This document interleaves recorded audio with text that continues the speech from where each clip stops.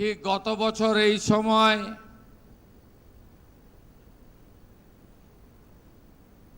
আমাদের মাতৃসমা দিদি, আমাদের ডাক্তার বোনের মা, তার মাথায় পুলিশের লাঠি, এখানে এত বড় ফোলা, উনি তখন আমাদের মেডিকা হসপিটালের এমার্জেন্সিতে।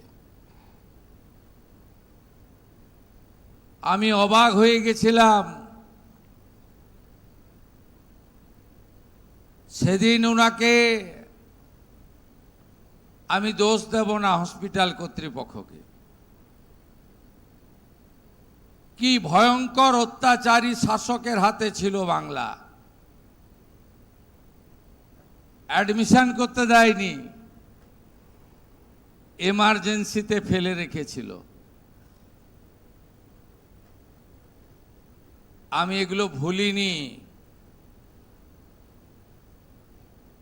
আপনারা নিশ্চিত থাকতে পারেন, আমার লিখে রাখার দরকার হয় না।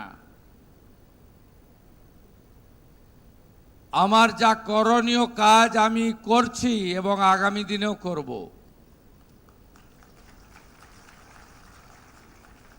এর শেষ আমাদের দেখতেই হবে।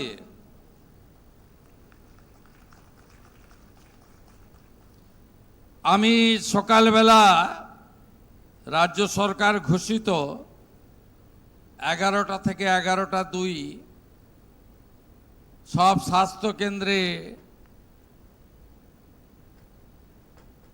মৌনতা পালন আমি দেখছিলাম। আমি গাড়িতে ছিলাম তখন।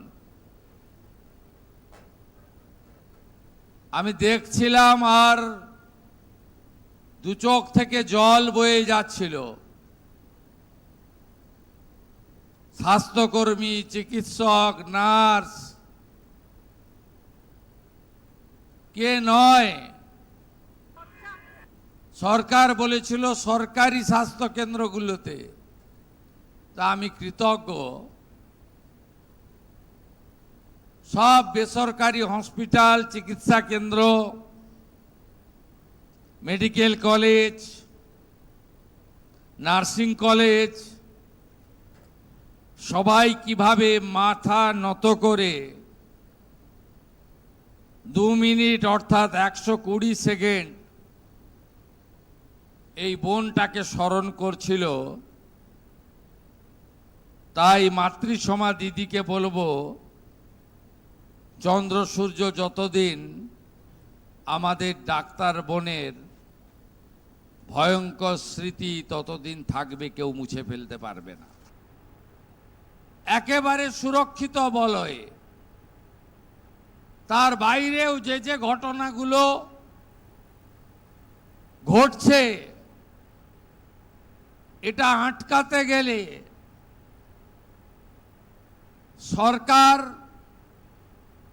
সরকারের আইন প্রণয়নকারী সংস্থা, বিচার ব্যবস্থা, সমাজ, নাগরিক সকলের একটা মেলবন্ধন এবং অঙ্গীকারের প্রয়োজন আছে। যা আমরা এই ধরনের ঘটনার ক্ষেত্রে রাজনীতি করব না, ধর্ম দেখব না, সম্প্রদায়ের কথা ভাবব না,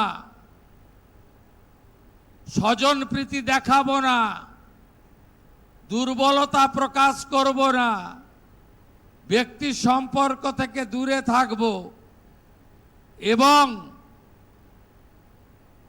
চোখ বন্ধ করে যত কঠোর এবং কঠিন হওয়া যায় সেটা আমরা করব। তাহলে এই ধরনের ঘটনা বন্ধ হতে পারে। সরকার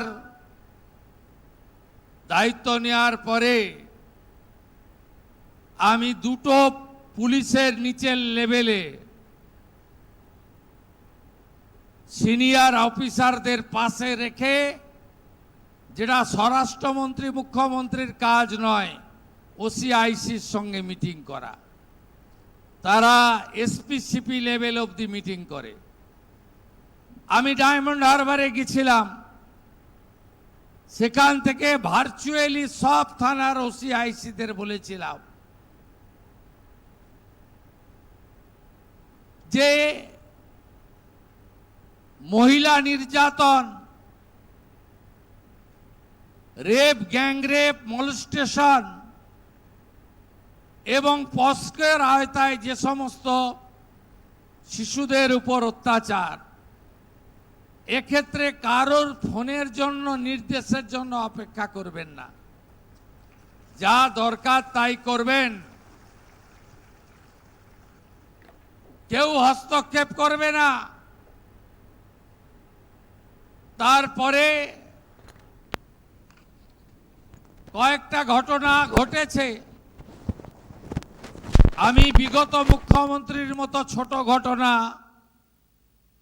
প্রেমের গল্প, মেয়েটা তো অন্তঃসত্ত্বা ছিল, 10 লাখ তো দেওয়া যেতেই পারে, এ ধরনের কথা বলায় বিশ্বাস করি না।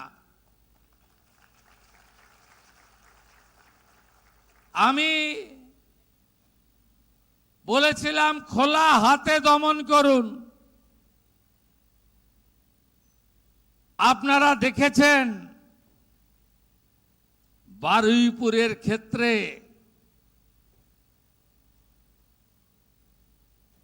পুলিশ যা করার তাই করেছে।